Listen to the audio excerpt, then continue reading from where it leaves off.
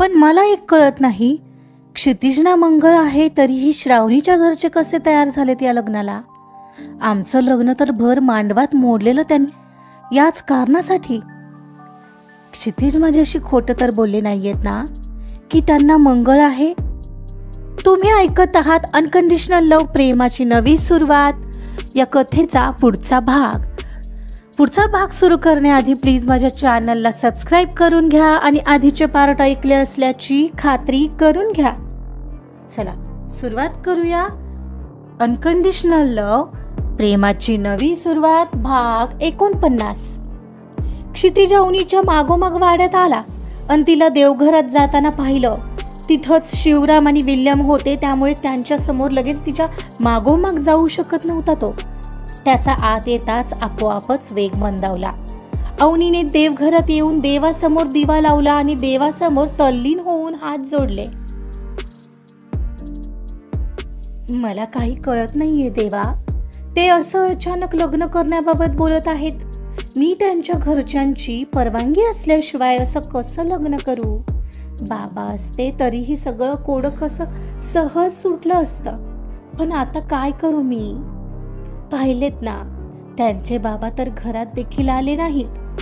त्यांना मी पसंत नसेल का? त्यांना ती श्रावणीच आवडली असेल तर? पण मला एक कळत नाही, क्षितिजना मंगळ आहे तरीही श्रावणीच्या घरचे कसे तयार झालेत या लग्नाला? आमचं लग्न तर भर मांडवात मोडलेलं त्यांनी याच कारणासाठी. क्षितिज माझ्याशी खोटं तर बोलले नाहीत ना की त्यांना मंगळ आहे? या विचारानेच तिच्या मनाला क्षणभर भीतीच स्पर्शून गेली.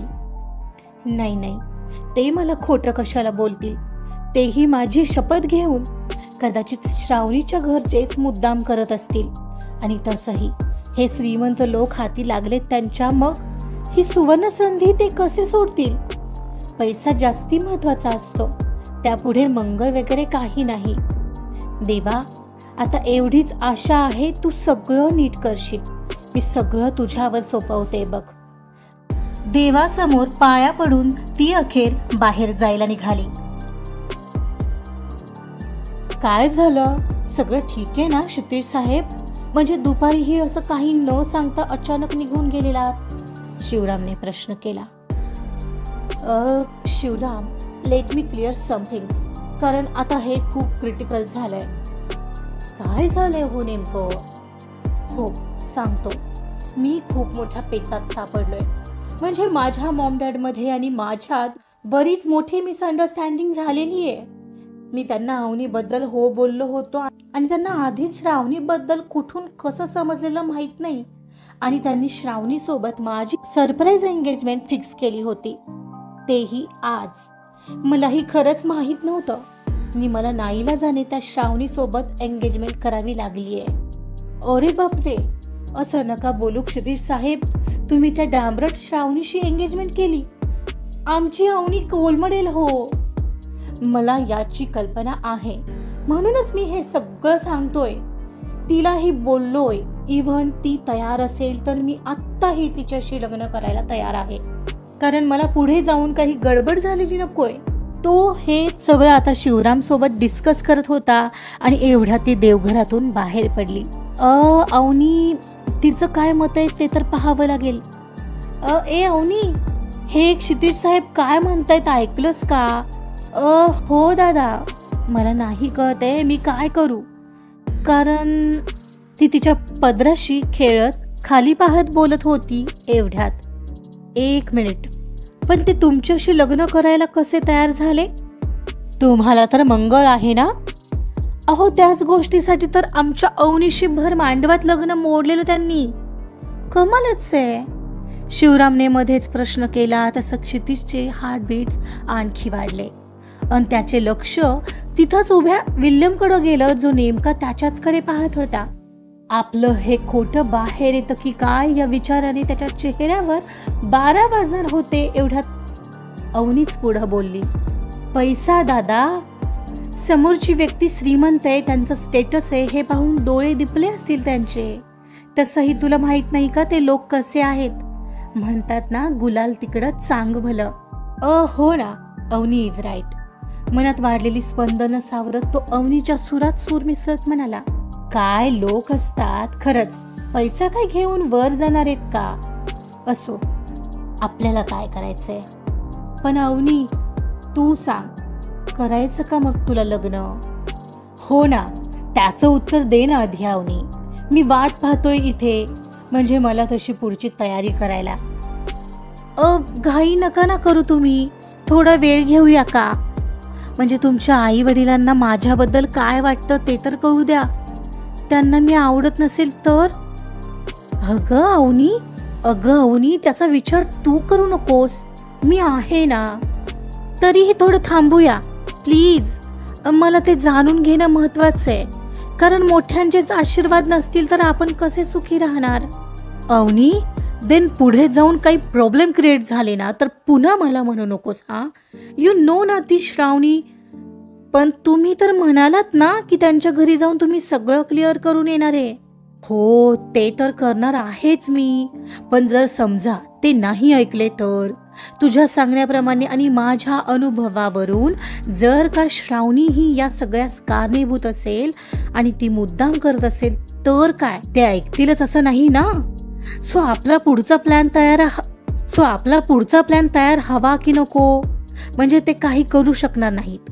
कळतंय का तुला? क्षितिज खूप पुढचा विचार करत होता. ऑब्व्हियसली बिझनेस माइंड मध्ये वाढलेला तो. त्याला काही करून कोणतीच गोष्ट फेल होऊ द्यायची नसायची. बरं, म्हणजे कधी करावं लागेल हे सगळं? का लगेचच?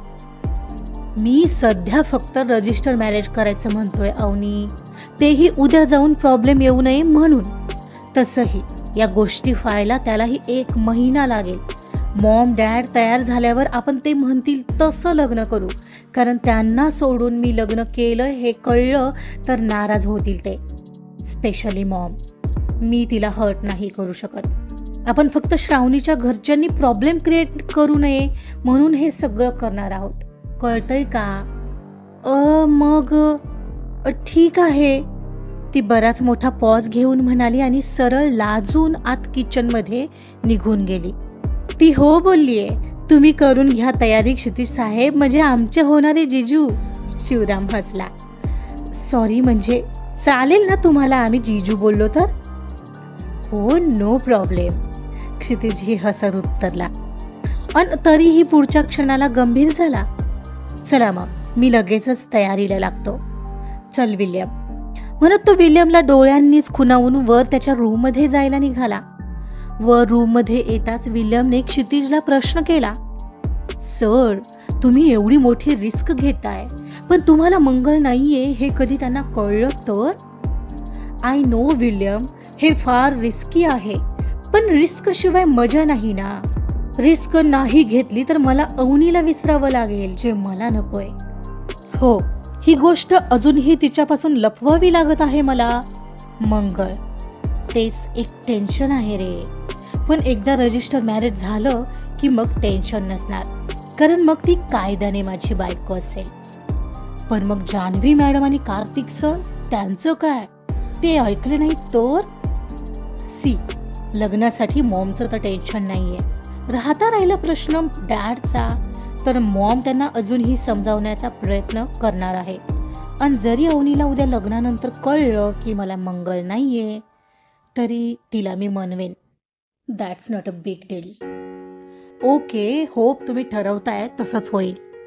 हो, असंच होणार. मी पहिलं ऑनलाईन मॅरेज रजिस्ट्रेशन करून घेतो. म्हणत तो पहिलं मॅरेज रजिस्ट्रेशन करून घेण्यासाठी लॅपटॉप घेऊन बसला. इकडं प्रिया आणि शिरीषराव दुसऱ्या कारमधून पुढे निघून गेले होते. जान्हवी आणि कार्तिक कारमध्ये एकमेकांशी अजिबात बोलले नाहीत. अखेर ते पुण्यात पोहोचले. जेव्हा रात्र झालेली, आपल्या बेडरूम मध्ये आल्यावर जान्हवी बोलत नसल्याचं कार्तिकच्या लक्षात आलं. एव्हाना तो शांत झालेला. जान्हवी फ्रेश होऊन बेडवर येऊन बसली आणि ती अजूनही शांत आहे पाहून मग मात्र तो तिच्या जवळ आला. जान्हवी, तू अजूनही रागावलीयस, बट यू नो ना, सगळी तयारी झालेली. एक तर आधीच माहिती असतं तर नकार सुद्धा दिला असता ग मी. पण त्यांनी ऑलरेडी या लग्नासाठी इंटरेस्ट दाखवलेला. आणि हे आत्ताच नव्हतं, हे तेव्हाच बोलणं झालेलं जेव्हा योगायोगाने त्या गावात गेल्यावर त्यांच्याशी माझं बोलणं झालं होतं. हे 2 वर्षापूर्वीची गोष्ट आहे. आता तेव्हा त्याच्या आयुष्यात दुसरी मुलगी होत म्हणून मी हो असं सांगितलं नव्हतं. ते नंतर बोललो ना, जेव्हा तू त्याच्याकडून कन्फर्म करून घेतलंस. मग आपण पुढच्या गोष्टी ठरवल्या, मग मला त्यांच्यासमोर असं खोटं पाडणं तुला योग्य वाटतंय का? ठीक आहे कार्तिक, पण तूही शांतपणे विचार कर ना जरा. त्याला ती मुलगी आवडतच नाहीये, मग तो कसा लग्न करेल तिच्याशी? थोडी आपलीही चूक झालीच ना. माझीच चूक झाली हवं तर असं समज. असं होईल असा विचार तरी आला होता का मनात? तुझं सुद्धा तर आधी लग्न ठरलेलं प्रांजल सोबत, आठवते? अगदी तुमची एंगेजमेंट सुद्धा झाली होती. आठव कार्तिक? तेव्हा तू पहिलं लग्न मोडून तू माझ्याशी लग्न ठरवलं. आजींची मदत घेतली होतीस ना? हो मान्य आहे. मग त्यानेही करू दे ना तिच्या सोबत क्लिअर. आणि जानू, मी प्रांजलला असं सोडून दिलं नव्हतं ना. आई बाबांची मान कोणासमोर खाली घालवली होती. मी प्रांजलला भेटून सगळ्या गोष्टी क्लिअर केल्या होत्या आणि मग तुझा विचार केला होता. त्यालाही करू दे तसंही एंगेजमेंट झाली म्हणजे लग्न झालं असं नाही ना. अरे पण ते नाही मानले तर? असं का होईल? लग्न काही जबरदस्ती करण्याची गोष्ट आहे. त्याने त्या मुलीला भेटून सगळं क्लिअर करू दे, मला काहीही ऑब्जेक्शन नाहीये. पण घरात का आला नाहीस त्यांच्या? त्या शास्त्री बुवांनी तुझ्या कारला ऍक्सिडेंट झाला तेव्हा तुझी किती मदत केली होती, आठव? त्यांच्याच घरी राहिला होतास तू. आज ते नाहीत, मग त्यांच्यासाठी तरी घरी यायला हवं होतंस की नाही? हो पण नव्हता यार माझा मूड. हे सगळं असं झालं नसतं तर कदाचित आलो असतो मी. माहित नाही त्या क्षणाला मला त्या मुलीचा राग आलेला, जिच्यामुळे तो मला उलट बोलत होता. बाय द वे, तू पाहिलंस का कोण मुलगी आहे शास्त्री बुवांची जी त्याला आवडते? हो पाहिलं. अगदी संस्कारी वाटली ती मला. क्षितिजलाही ती मुलगी आवडली म्हणजे नक्कीच काहीतरी असणार तिच्यात. अगदी साधी सरळ आणि साडी नेसून होती ती. मला तर हेच अनपेक्षित होतं. इतक्या मॉडर्न मुली समोर असताना त्याने तिला पसंत केलंय. हे खूप विशेष आहे कार्तिक. काय सांगतेस? पण यावेळी तरी सिरियस आहे ना तो? नाहीतर बघ, पुन्हा काहीतरी दोष दिसायचा त्याला तिच्यात. कार्तिक कपडे चेंज करत म्हणत होता. काय रे कार्तिक, हे काय बोलणं झालं? तो सिरियस नसता तर एवढं चिडलाही नसता. किती अपसेट झालेला माहितीये? मी पाहिलंय त्याचा चेहरा पडलेला. तिला शब्द दिल्याचं बोलत होता तो, आठवतंय? मेन म्हणजे त्या मुलीचे वडील गेलेत कार्तिक, आणि त्या खरंच एकट्या आहेत. आणि हा विचार तो करतोय. यावरून विचार कर तो किती सिरियस असेल. बरं ठीक आहे, बघू काय होतंय.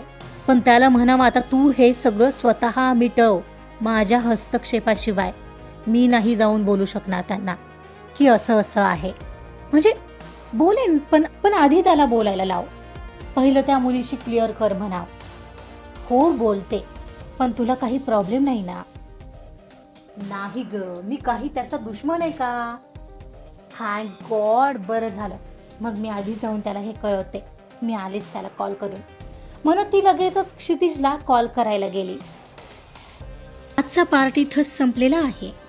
याचा अर्थ कार्तिकचा क्षितिज आणि अवनीच्या नात्याला ग्रीन सिग्नल आहे.